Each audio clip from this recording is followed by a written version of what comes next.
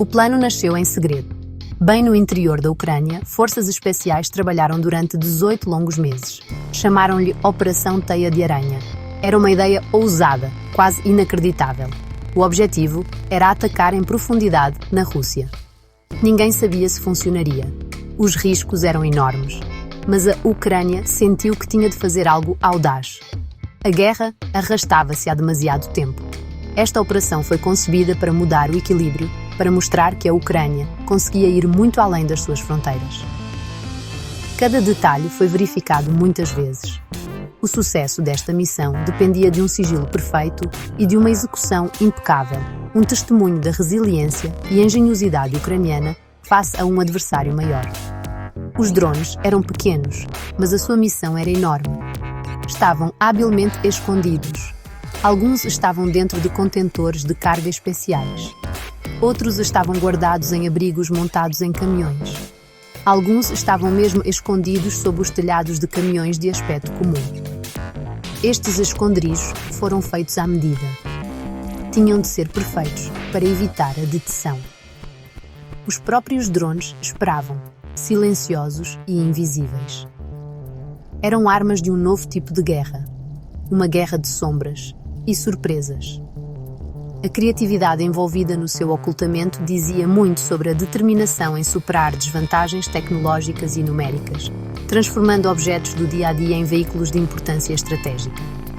Não eram apenas máquinas, eram símbolos de desafio.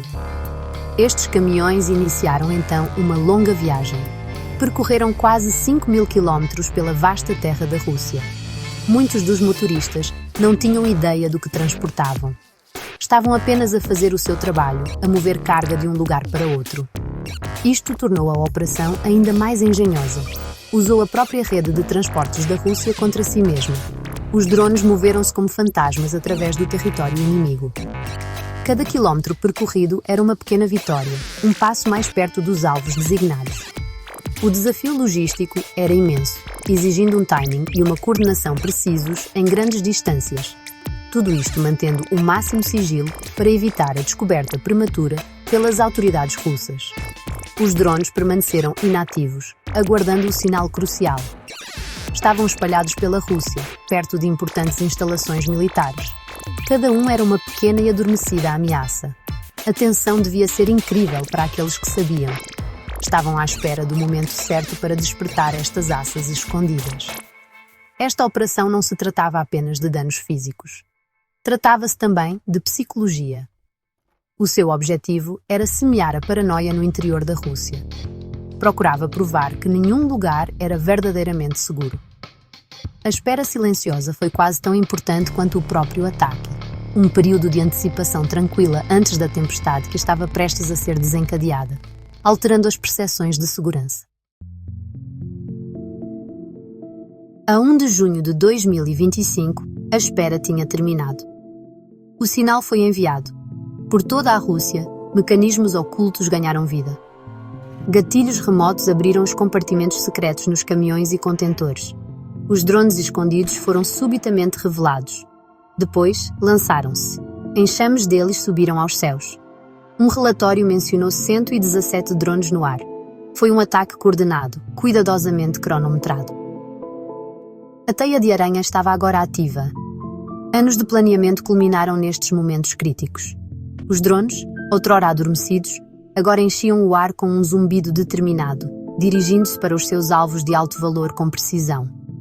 Os drones dirigiram-se para os aeródromos russos, visaram locais como Engels e Diaghilevo. Estas não eram bases aéreas comuns, eram o lar dos ativos de aviação estratégica da Rússia. Estes incluíam os bombardeiros de longo alcance que a Rússia usava para lançar ataques de mísseis devastadores contra a Ucrânia. Os drones foram programados para encontrar e destruir estas aeronaves específicas e cruciais. A escolha dos alvos foi altamente estratégica, visando paralisar as próprias ferramentas que a Rússia usava para projetar o seu poder a longas distâncias. A audácia de atacar locais tão bem defendidos demonstrou as crescentes capacidades da Ucrânia e a sua inabalável determinação em defender a sua soberania, levando a luta ao inimigo. Os danos foram significativos. Fontes da inteligência ucraniana afirmaram que mais de 40 aeronaves russas foram danificadas ou destruídas. Estas incluíam valiosos aviões de vigilância A-50. Também atingiram bombardeiros estratégicos Tu-95 e Tu-22M3. Estes bombardeiros são capazes de transportar armas nucleares. Imagens de satélite de fonte aberta confirmaram mais tarde pelo menos 13 perdas de aeronaves, enquanto alguns oficiais ocidentais estimaram que cerca de 20 foram destruídas ou gravemente danificadas. O custo financeiro para a Rússia foi estimado em até 7 mil milhões de dólares. O impacto foi imediato e severo, enviando ondas de choque através do comando militar russo, que não tinha antecipado um ataque tão audaz e eficaz. Este ataque foi um grande golpe para a Rússia. Muitas das aeronaves destruídas, como o Tu-95, já não estão em produção. Isto significa que são muito difíceis, se não impossíveis, de substituir rapidamente. A capacidade da Rússia de lançar ataques de mísseis de cruzeiro de longo alcance foi significativamente enfraquecida. Fontes ucranianas afirmaram que 34% da frota russa de Tu-95 foi eliminada. Oficiais da NATO descreveram a operação ucraniana como altamente bem-sucedida. O choque psicológico dentro da Rússia também foi imenso, pois a invulnerabilidade dos seus ativos estratégicos foi quebrada.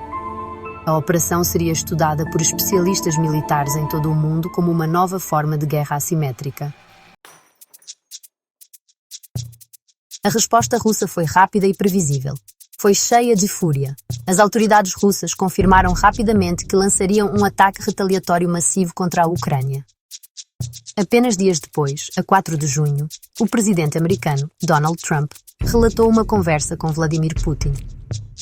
Putin aparentemente disse-lhe que a Rússia teria de responder aos ataques de drones ucranianos. As palavras eram uma clara ameaça. Não havia dúvida de que a Ucrânia pagaria um preço alto pela sua operação bem-sucedida. O Kremlin estava determinado a mostrar a sua força e a punir a Ucrânia pela humilhação e pelos danos infligidos pela Operação Teia de Aranha. A retaliação veio em ondas. A Rússia usou uma aterrorizante gama de armas. Mísseis rasgaram o céu. Drones de engodo foram lançados para confundir as defesas aéreas ucranianas. Depois vieram os drones de ataque, procurando os seus alvos. Foi um assalto em larga escala, coordenado. O objetivo era, claro, sobrecarregar as defesas da Ucrânia e infligir o máximo de danos. Isto não foi apenas uma resposta militar. Foi concebido para espalhar o medo entre a população civil. O volume de projéteis pretendia demonstrar o poder inabalável da Rússia e a sua capacidade de atacar em qualquer lugar dentro da Ucrânia, independentemente dos recentes contratempos.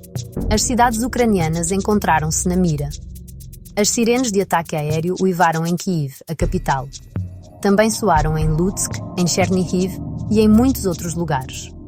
Os céus que recentemente tinham trazido notícias de triunfo ucraniano agora traziam a vingança russa. Os ataques foram indiscriminados, atingindo áreas civis, bem como potenciais alvos de infraestrutura. Blocos de apartamentos foram atingidos. Casas foram destruídas. O breve sentimento de vitória para alguns ucranianos rapidamente se transformou numa luta sombria pela sobrevivência. O ciclo de violência tinha escalado acentuadamente, trazendo a guerra para casa de muitos que talvez tivessem sentido um alívio temporário ou uma esperança distante. Em Kyiv, o familiar pavor regressou com o primeiro uivo das sirenes.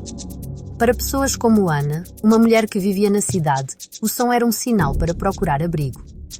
A notícia da Operação Teia de Aranha tinha trazido uma complexa mistura de orgulho e ansiedade. Agora, a ansiedade era avassaladora. A notícia abstrata de batalhas distantes e ganhos estratégicos estava prestes a tornar-se muito real e muito pessoal. A cidade, que tanto tinha suportado, preparava-se mais uma vez. A relativa calma foi desfeita, substituída pelos sons urgentes e aterrorizantes da guerra a aproximar-se, um lembrete claro de que a paz permanecia um sonho distante. Ana ouviu as sirenes a gritar. Era um som que Kyiv conhecia muito bem. O seu coração deu um salto. Momentos antes, estava a ler sobre os ousados ataques de drones ucranianos na Rússia. Havia então um vislumbre de esperança, um pequeno e desafiante orgulho. Agora, esse sentimento tinha desaparecido. Foi substituído por um medo gélido. As notícias diziam que a Rússia retaliaria com força. Ela sabia que era isto. Tinha de se mover depressa. O seu apartamento, geralmente um lugar de conforto, de repente sentiu-se exposto e inseguro. Cada janela parecia um ponto fraco, cada parede demasiado fina para oferecer proteção real contra o que estava para vir. Agarrou a sua mochila de emergência. Estava sempre pronta. Água, um pouco de comida, documentos, um carregador portátil para o telemóvel. Apressou-se para a parte mais segura do seu apartamento, o corredor, longe das janelas, seguindo a regra das duas paredes que se tinha tornado uma parte sombria da vida. Alguns vizinhos correram para a cave do edifício, outros para as estações de metro. Ana ficou onde estava. O edifício por vezes tremia com estrondos distantes. Cada um fazia a estremecer. Tentou acalmar a respiração. A espera era a pior parte, o não saber onde o próximo míssil cairia. Era um sentimento horrível e desamparado, presa pelos sons da guerra. Os sons lá fora tornaram-se mais altos. Estrondos abafados tornaram-se estalidos mais nítidos. Por vezes, um assobio aterrorizante passava por cima. Seria um míssil, ou a defesa aérea a tentar derrubá-lo? Ela não conseguia dizer. Navegava pelos canais de notícias no telemóvel, as mãos a tremer ligeiramente. Mensagens de amigos e familiares começaram a chegar. Estás segura? Estamos no abrigo. Cada mensagem era um pequeno conforto, mas também um lembrete do perigo partilhado. A cidade lá fora, a sua cidade, estava sob ataque. Ela só conseguia imaginar o caos, o medo a apoderar-se de milhares de pessoas como ela. A sua mente fervilhava com pensamentos assustadores. Será que o seu edifício seria atingido? Será que veria amanhã? A guerra parecia interminável, um túnel escuro sem luz no fim. A bem-sucedida operação ucraniana, Teia de Aranha, agora parecia uma memória distante, ofuscada pela realidade imediata e aterrorizante da vingança da Rússia. Pensou nos pilotos daqueles bombardeiros russos, agora talvez em terra. Mas que consolo era esse quando a sua própria vida parecia tão frágil? O medo era algo físico, um nó no estômago, uma opressão no peito. Fechou os olhos e rezou para que parasse, para que os sons aterrorizantes desaparecessem. À medida que as horas passavam, as notícias começaram a surgir. Os ataques eram generalizados. Edifícios residenciais em Kiev tinham sido atingidos. Havia relatos de vítimas civis. Ana viu imagens online de fumo a subir de diferentes partes da sua amada cidade. Cada imagem era uma nova facada de dor. Estes não eram alvos militares. Eram casas, vidas, sonhos despedaçados pelas explosões. A cidade que ela conhecia, com as suas belas ruas e pessoas resilientes, estava a ser ferida novamente. As cicatrizes da guerra estavam a aprofundar-se, gravadas na paisagem e nos corações dos seus habitantes, um lembrete constante do brutal custo do conflito. Ana sabia que o seu medo não era só dela. Em Kiev e noutras cidades como Lutsk e Chernihiv, milhares de pessoas estavam a suportar o mesmo terror. Estavam amontoadas em caves, em estações de metro, nos corredores dos seus apartamentos. Os ataques perturbaram tudo. A eletricidade oscilava. Os abastecimentos de água eram incertos. As rotinas simples da vida diária eram impossíveis. Esta era a experiência coletiva da guerra. Um trauma partilhado que unia as pessoas no sofrimento e na resiliência. O orgulho no sucesso militar da Ucrânia estava agora misturado com o sabor amargo da retaliação, um ciclo que parecia não oferecer fuga fácil para as pessoas comuns. Mesmo quando os sons imediatos das explosões diminuíram, um silêncio tenso permaneceu. Não era paz. Era a antecipação temerosa da próxima vaga de ataques. Ana sentia-se presa. Presa no seu apartamento, presa na sua cidade, presa nesta guerra sem fim. O que reservava o futuro? Haveria alguma vez uma vida normal novamente? O custo psicológico era pesado. O stress constante, o medo, a incerteza, tudo isso desgastava as pessoas. A Operação Teia de Aranha tinha mostrado a força da Ucrânia, a sua capacidade de ripostar. Mas o preço, para civis como Ana, era pago em noites sem dormir e dias aterrorizantes, sob um céu que podia tornar-se mortal a qualquer momento. À medida que o ataque russo continuava, Ana refletia sobre a lógica brutal da guerra. Um ataque respondido com um contra-ataque. Cada ação levando a uma reação, muitas vezes mais devastadora. Sentia uma profunda confusão. Seria sempre assim? Ansiava por coisas simples: segurança, silêncio, uma manhã sem sirenes. As notícias de bombardeiros russos danificados pareciam distantes agora. A sua realidade era o chão a tremer, as mensagens ansiosas, a vulnerabilidade da sua própria vida. A esperança era algo frágil, facilmente esmagada pelo peso das explosões e do medo. No entanto, mesmo nos momentos mais sombrios, uma pequena e teimosa parte dela agarrava-se à ideia de que um dia isto também terminaria.